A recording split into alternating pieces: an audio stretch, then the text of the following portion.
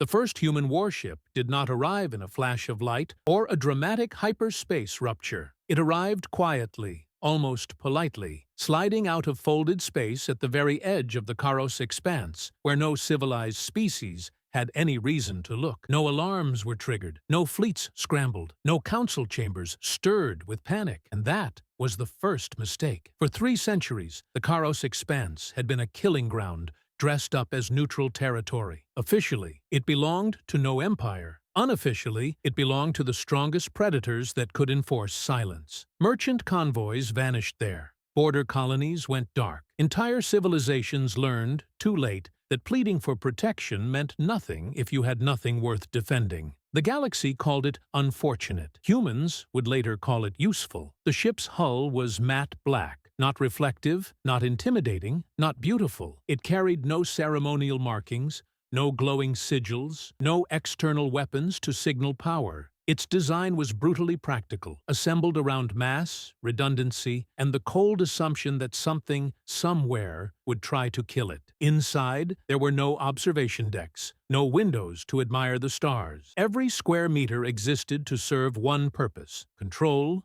Captain Elias Rowan stood alone on the command deck, hands resting lightly on the rail, eyes fixed on a 3-dimensional projection of the surrounding space. He did not speak. He did not need to. The crew knew the plan. They had rehearsed it for years without ever telling anyone why. "Passive sensors only," Rowan said quietly, his voice steady, human, unfiltered. "No emissions. Let them think we're nothing." The ship complied instantly, systems humming beneath layers of containment. To any external observer, if there had been one, the vessel would have looked like debris, a dead thing, just another ghost, drifting through a region full of them. Rowan allowed himself a brief moment of memory. Earth had learned early that the galaxy was not cruel in the way predators were cruel. It was cruel in the way bureaucracy was cruel. Systems burned not because someone hated them, but because no one cared enough to stop it. When humanity first emerged beyond its own star, it did not arrive as conquerors. It arrived as witnesses.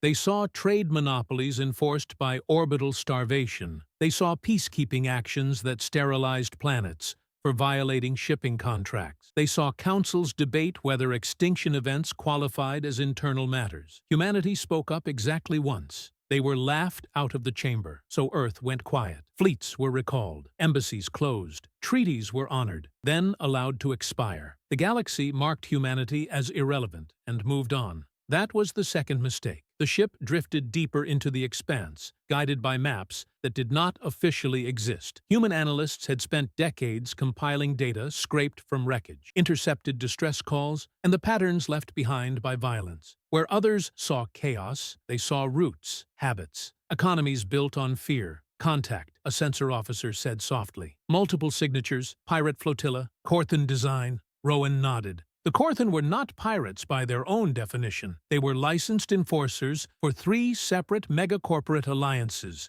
empowered to secure assets in neutral space. Their ships were sleek, fast, and optimized for intimidation. Their crews were experienced, disciplined, and absolutely certain no one could touch them. The human ship did not change course. The Corthan noticed it 5 minutes later. "Unknown vessel." A translated broadcast crackled through the command deck, filtered and analyzed before Rowan heard it. "You are trespassing in restricted operational space. Power down and prepare for inspection." Rowan did not answer. The Corthan ships spread out, a practiced maneuver designed to corral prey. Energy signatures flared as targeting systems locked on. Still, the human vessel remained silent, drifting forward at a constant velocity. "Captain," the first officer said, voice calm but alert, "they're escalating." "Let them," Rowan replied. "Record everything." The first shot was not lethal. It was a warning pulse, calibrated to overload civilian shields without causing permanent damage. It struck the human ship's hull and vanished, absorbed without effect. No flare, no response. The second shot was stronger. It failed the same way. A pause followed. Confusion rippled through the Corthan formation. Their doctrine assumed resistance would come with visible effort, shields flaring, evasive maneuvers, counterfire. Instead, they were firing into something that did not acknowledge them at all. Third volley incoming, the tactical officer said. Rowan exhaled slowly. Now, the human ship came alive, not with dramatic weapon fire or blinding light, but with motion. Space bent around it as inertial dampeners disengaged, and the vessel accelerated, not away, but forward, straight through the center of the Corthan formation. To the pirates' sensors, it looked like the laws of physics had briefly taken a holiday. The first Corthan ship died without understanding why. Its hull crumpled inward as localized gravity spiked, crushing decks and crew alike before the power core imploded. There was no explosion, just sudden absence. The second ship tried to flee. Its engines never came back online. By the time the remaining vessels attempted coordinated fire, the human ship was already behind them. Rowan watched the tactical display without expression. This was not rage. This was not revenge. This was demonstration, broadcast on all channels, he said. Wideband. The message went out across the expanse, carried on frequencies pirates, smugglers, and mercenaries relied on to survive. This space is no longer ungoverned, Rowan said,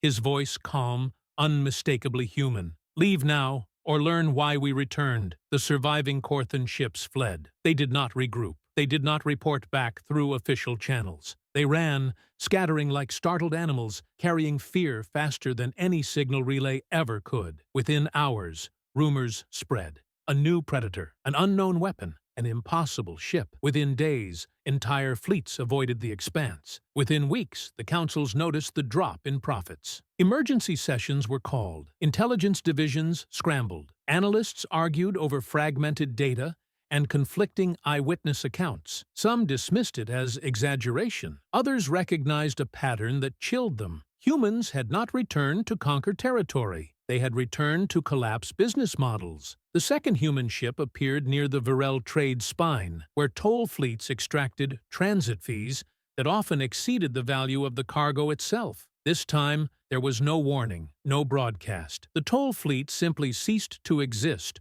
Over the course of 7 minutes, their ships disabled, crews recovered, and evidence transmitted directly to every major media node in the sector. Footage showed human marines moving through alien corridors with efficient restraint, weapons lowered once resistance ended, medics treating wounded enemies without hesitation. No executions, no speeches, just undeniable control. Public opinion shifted before the councils could react. Worlds that had lived under exploitation for generations saw something new. Proof, not promises, not ideology. Proof that someone could intervene and survive the consequences. The councils issued a joint condemnation. Humanity ignored it.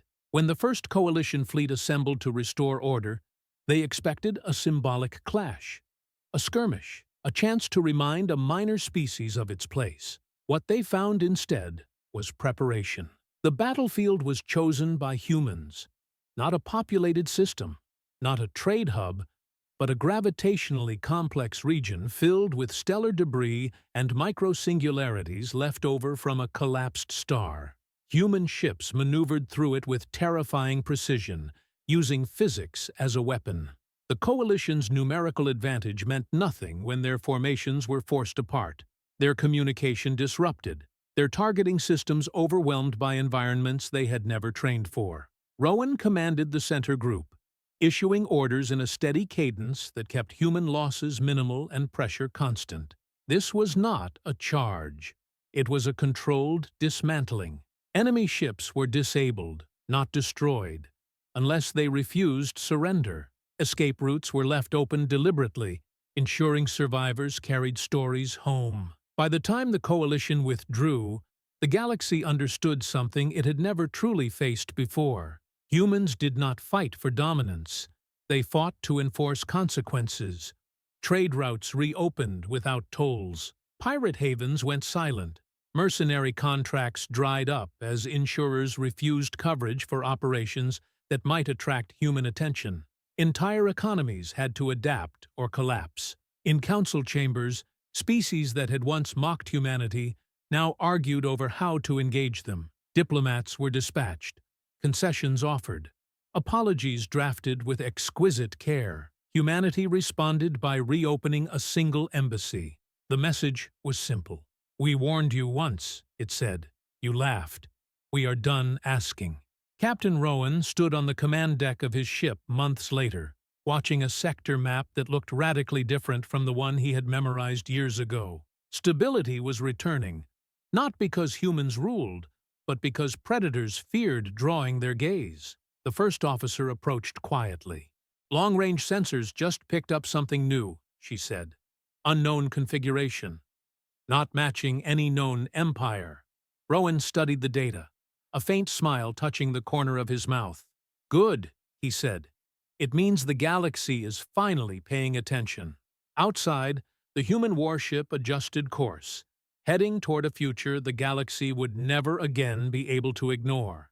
And this time, no one would make the mistake of looking away.